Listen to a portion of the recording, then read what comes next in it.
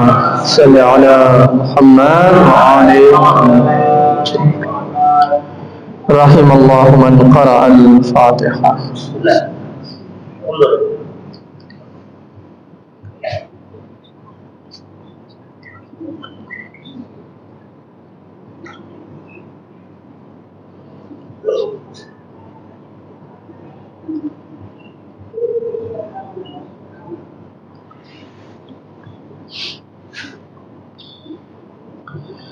لا حول ولا قوة إلا بالله العلي العظيم. أعوذ بالله من الشيطان الرجيم.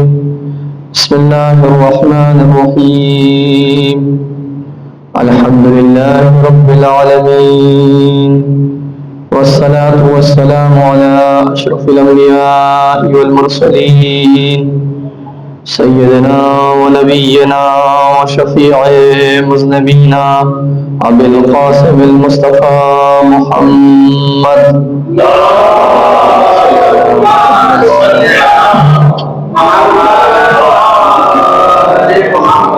وآل الطيبين الطاهرين المعصومين، ولعنة الله على أعدائهم وغاصبي حقوقهم أجمعين. أما بعد، فقد قال الإمام الحسين عليه السلام: أيها الناس، إن الله جل ذكره ما خلق العباد إلا ليعرفوه، فإذا عرفوه عبدوه، فإذا عبدوه استغنوا عن عبادة من سواه. اللهم صل على محمد.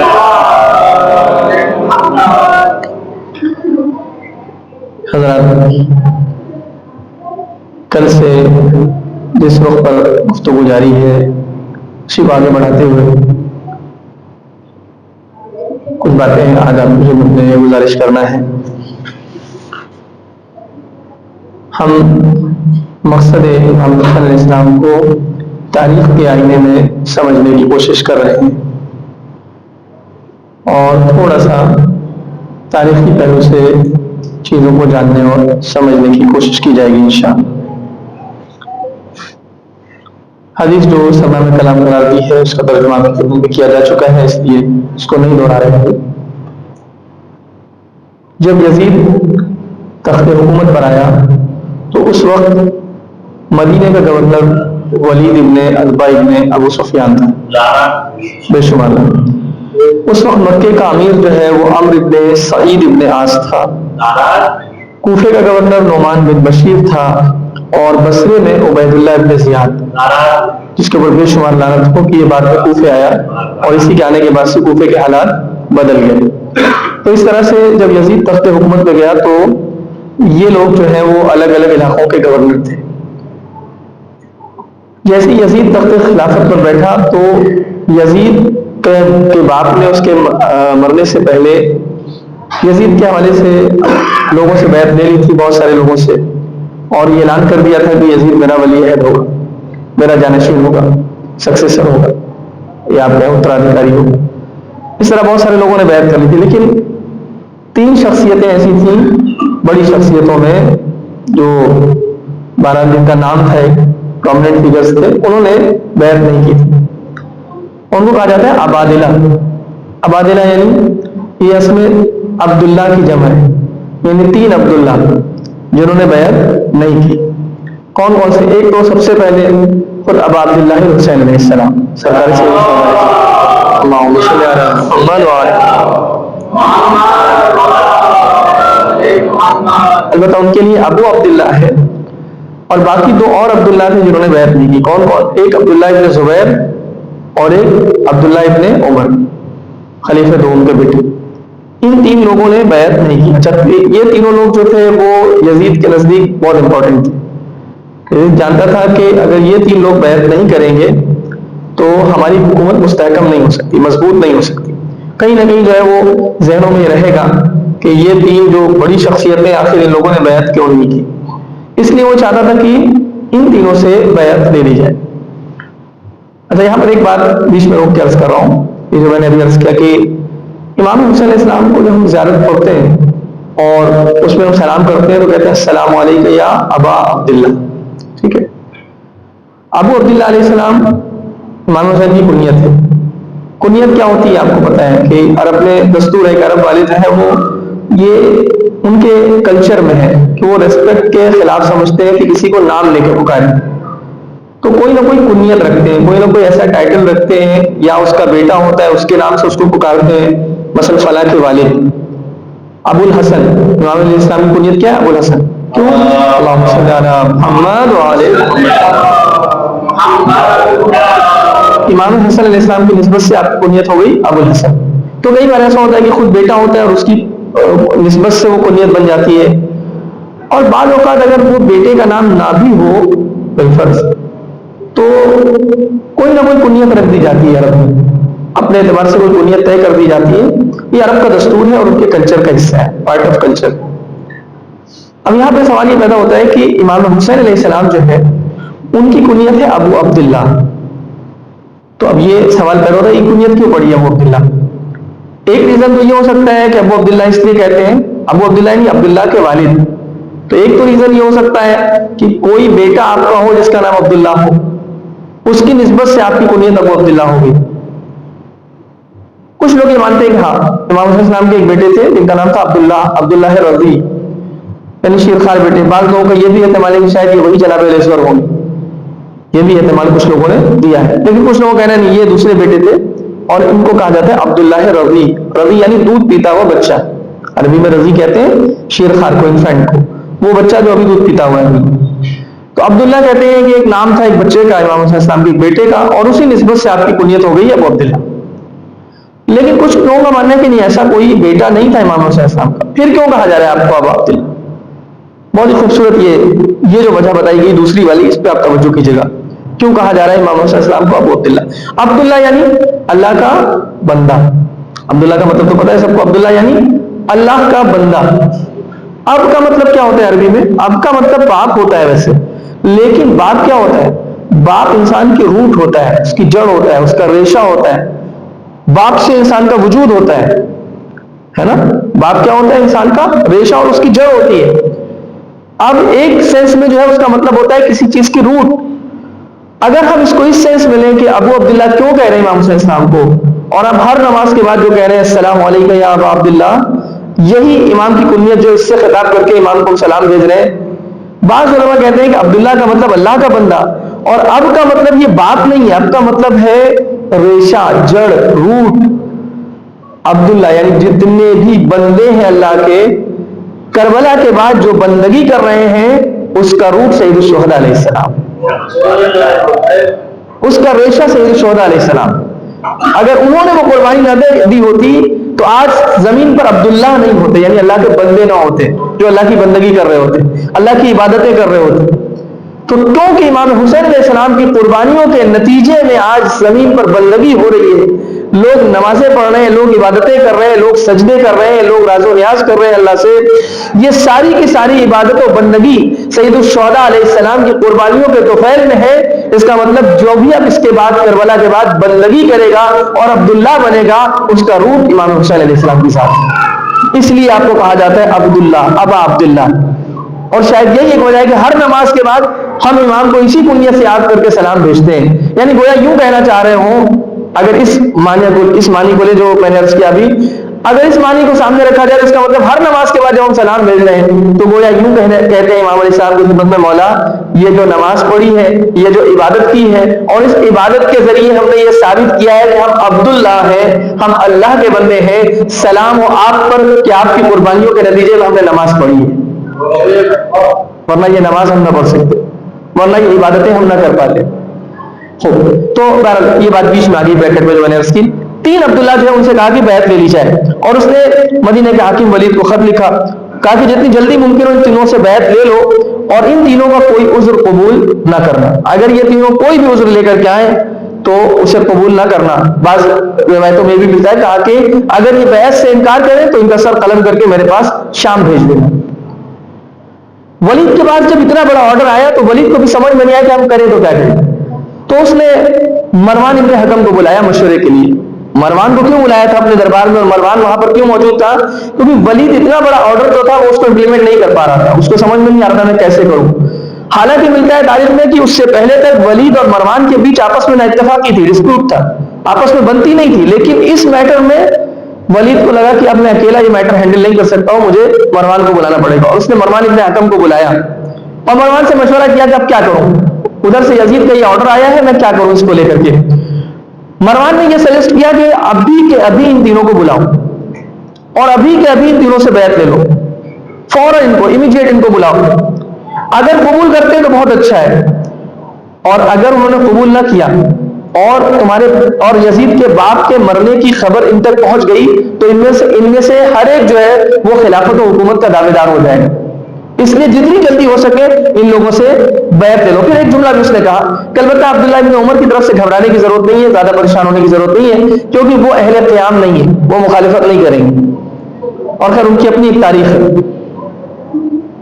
صرف اشارہ کر کے گزر جانا چاہتا ہوں کہ تاریخ یہ ہے کہ جس شخصیت نے امام حسین علیہ السلام کے ہاتھ پہ بیعت نہیں کی اس شخص نے حجاج ابن یوسف کے پیر پہ جا کے بیعت کی. یہ تاریخ کہہ رہی ہے, وہ موقع نہیں کہ میں تفصیل اس کی بیان کروں آپ کو.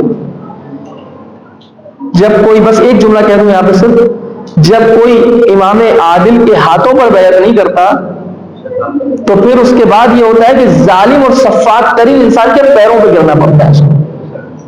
یہ تاریخ ہمیں سکھا رہی ہے. یا تو انسان امام عادل کے پیچھے ہو جائے اور یا تو انسان جو ہے وہ امام عادل کی بیعت کر لے, اس کی پیروی کرے, اور اگر امام معصوم اور امام عادل کی پیروی نہیں کرے گا تو پھر ظالم ترین لوگوں کے سامنے جھکنا پڑے گا. اب میں تھوڑا اس کو آج کے کانٹیکس میں درج کر دوں. دیکھیں یہ تو مرحلہ اس وقت ہوتا ہے کہ جب امام ظاہر ہو. جب امام ظاہر ہو تو کیا کرنا ہوتا ہے کہ انسان امام معصوم کے ہاتھوں پر بیعت کر لے اور ان کا تابع ہو جائے اور پوری طرح سے ان کو فالو کرے. لیکن اگر زمانہ غیبت کا ہے تو انسان کیا کرے؟ زمانہ اگر غیبت کا ہو تو پھر جو نائبین امام ہیں ان کے سامنے انسان جھک جائے اور ان کو فالو کر لے, ان کے سامنے جھک جائے. اگر ان کے سامنے جھک جائے گا تو آپ دیکھ لیں پھر دنیا کے سامنے اور دنیا کے ظالم ترین لوگوں کے سامنے نہیں جھکنا پڑے گا, دنیا کے ظالم حکام کے سامنے سر نہیں جھکانا پڑے گا, اور پھر انسان کا سر فخر سے اونچا رہے گا کہ ہم جس کو مانتے ہیں وہ دنیا کے سب سے بڑے ظالم کے سامنے بھی سر نہیں جھکاتے. چاہے ساری دنیا ایک طرف کھڑی ہو جائے مگر وہ کہتے ہیں سر کٹا دیں گے, سر جھکائیں گے نہیں. پھر آپ کا سر فخر سے بلند ہو جاتا ہے, ورنہ کیا ہوتا ہے دنیا کے ظالم ترین لوگوں کے سامنے جھکنا پڑتا ہے. ایسے سے ظالم حاکموں کے جا کر کے چاپلوسی کرنا پڑتی ہے اور ان کے دربار میں جا کر کے لائن لگانا پڑتی ہے, اور کیسی کیسی ذلت انسان کو برداشت کرنا پڑتی ہے. اور دیکھ لیں آپ, ہیں ایسے لوگ ہمارے درمیان بھی جو وہ عادل مجتہدین اور نائبین جن کے سامنے جھکنا چاہیے ان کے سامنے نہیں جھکتے ہیں تو دنیا کے فاسق ترین اور ظالم ترین لوگوں کے سامنے جھکتے ہیں اور ان کے درباروں میں جا کر کے ان کی چاپلوسی کرتے ہیں, ان کے تلوے چاٹتے ہیں. یہ سچائی ہے نہیں, ہم دیکھ رہے ہیں آج کے دور میں بھی یہی دستور ہے میرے عزیزوں, یہی دستور ہے. یا انسان امام عادل کے سامنے جھکے گا یا اس کے عادل نائب کے سامنے جھکے گا یا پھر ظالموں کے سامنے جھکنا پڑے گا. فیصلہ انسان کے ہاتھ میں, کس کے سامنے جھکنا پسند کرتا ہے. عموماً انسان ہوگا تو کہے گا نہیں میں اس کے سامنے جھکوں گا جو عادل ہوگا. خیر یہ درمیان میں بات آ گئی, حالات حضرت سے بھی اس کو رب دیتے ہوئے تو کہا کہ اگر جو ہے وہ ان میں سے کسی کو پتا چل گیا کہ یزید کا باپ دنیا سے گزر گیا ہے تو حکومت کا دعوے دار ہو جائے گا. البتہ عبداللہ ابن عمر سے کوئی خطرہ نہیں ہے, کوئی مشکل نہیں ہے, وہ مخالفت والے آدمی نہیں ہیں, قیام نہیں کریں گے, وہ تھوڑا کمفرٹ زون والے انسان ہیں, مسئلہ کوئی مشکل نہیں ہے. پھر اس کے بعد ولید نے عبداللہ ابن عمرو ابن عثمان کو امام حسین اور عبداللہ ابن زبیر کے پاس بھیجا. تاریخ کہہ رہی ہے کہ یہ دونوں شخصیتیں اس وقت مسجد میں موجود تھیں, سید الشہداء علیہ السلام اور عبداللہ ابن زبیر دونوں مسجد میں موجود تھے. ادھر سے ولید کا جو نمائندہ ہے, جو قاصد ہے, جو پیغام لے کے آیا ہے, وہ پہنچتا ہے مسجد میں اور ان دونوں شخصیتوں سے مسجد میں ملاقات ہوتی ہے.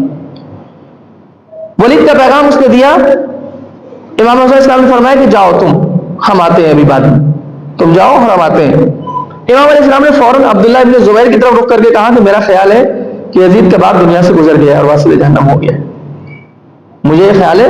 اور یہ جو اس وقت پیغام لے کر کے آیا ہے میرا اندازہ یہ ہے کہ اس لیے آیا ہے تاکہ یزید کی بیعت لی جائے ہم لوگوں سے. امام حسین صاحب فوراً سمجھ گئے. عبداللہ ابن زبیر کے ذہن میں نہیں آیا ہوگا, لیکن امام حسین اسلام فوراً سمجھ گئے. اور پھر ظاہر سی بات ہے, میں یہ نہیں کہہ رہا ہوں کہ یہاں پر علم امامت سے سمجھ گئے. اصل علم امامت تو ایک الگ مرحلہ ہے. علم امامت سے تو بہت کچھ سمجھ سکتے ہیں, لیکن جو امام ہوتا ہے وہ ظاہری اعتبار سے بھی اس کی عقل دوسروں سے کہیں زیادہ بہتر ہوتی ہے, اس کی عقل بھی کمال پر ہوتی ہے میرے عزیزوں. اگر وہ علم غیب اور علم امامت کا سہارا نہ بھی لے تو دوسروں سے بہتر سمجھتا ہے حالات کو.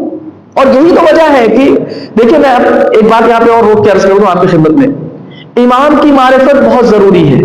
اور میں یہ بھی عرض کروں آپ کی خدمت میں کہ آج کے دور میں الحمدللہ ہمارے علماء کی زحمتوں سے, جو ماضی میں انہوں نے زحمتیں کی, جو پہلے انہوں نے زحمتیں کی, اس کے نتیجے میں آج ہم اماموں کا اسٹیٹس جس اعتبار سے دیکھتے ہیں اور امام کو جس اعتبار سے ہم سمجھتے ہیں ان کے مقام اور مرتبے کو, پہلے والے لوگوں کی نظر میں امامت کا وہ اسٹیٹس نہیں تھا. وہ نہیں سمجھ پاتے تھے امام کون ہوتا ہے, امام کا وہ اسٹیٹس کیا ہوتا ہے. اگر وہ سمجھ رہے ہوتے نا تو بڑی بڑی شخصیتیں آ کر کے امام حسین صاحب کو مشورہ نہ دیتی کہ آپ یہ نہیں یہ کر لیجیے, آپ یہاں نہیں وہاں چلے جائیے.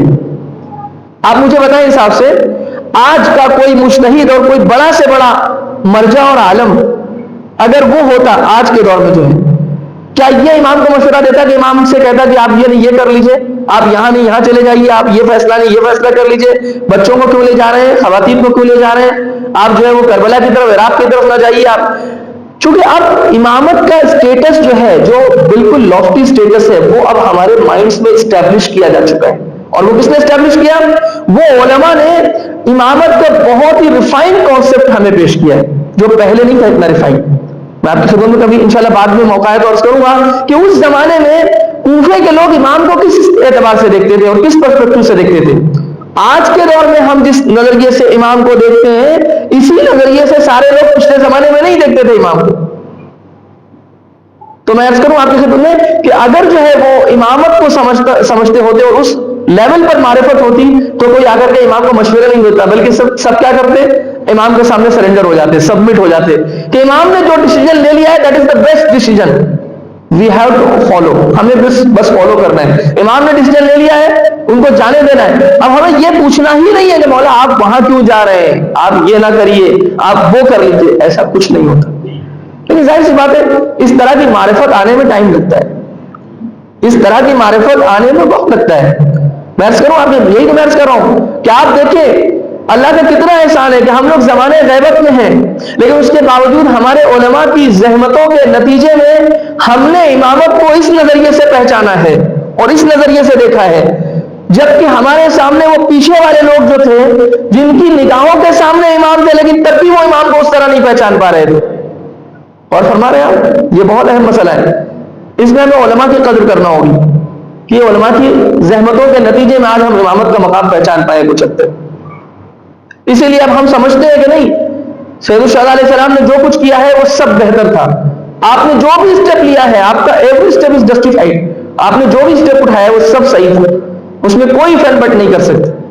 لیکن اس زمانے میں سب اس طرح نہیں سمجھتے. چنانچہ میں نے کہا امام اپنے زمانے کا سب سے عاقل انسان ہوتا ہے, اس کی عقل بھی منزل کمال پہ ہوتی ہے. لہٰذا امام علیہ السلام فوراً سمجھ گئے کہ اس کا ایسا محسوس ہو رہا ہے کہ یزید کا باپ دنیا سے گزر گیا ہے اور یہ بیعت کے لیے ہمیں بلایا جا رہا ہے. اور اس کے بعد پھر وہ آئے, آنے کے بعد بنی ہاشم کے کچھ جوانوں کو تیار کیا اور کہا کہ ہم جا رہے ہیں ولید کے دربار میں اور تم لوگ ہمارے ساتھ رہنا, اور اگر جو ہے وہ میری آواز بلند ہو تو تم اندر داخل ہو جانا, جیسا کہ آپ سب سنتے رہتے. وہ پورا میں واقعہ اسکپ کر رہا ہوں, ولید کے دربار میں کیا کچھ پیش آیا اس سے پہلے گزارش کیا جا چکا ہے. اب اس کے بعد کیا ہوا, اس کے بعد یہ ہوا کہ اب جب امام حسین علیہ السلام نے دیکھ لیا کہ اب کوئی راستہ نہیں بچتا ہے تو آپ نے مدینے کو چھوڑنے کا ارادہ کر لیا.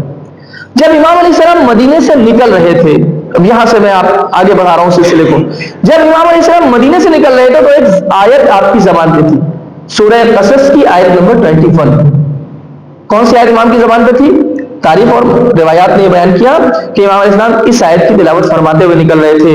فخرج منها خائفا يترقب قال رب نجني من القوم الظالمين. یہ کون ہے, کس سے متعلق ہے آیت؟ سورہ قصص آیت نمبر 21. یہ آیت متعلق ہے جناب موسیٰ علیہ السلام سے. حضرت موسیٰ علیہ السلام, واقعہ پورا مجھے نہیں بیان کرنا, صرف اشارہ کرنا ہے تاکہ آپ کے ذہنوں میں آ جائے اور آپ نے سنا ہوگا, پڑھا ہوگا پہلے سے.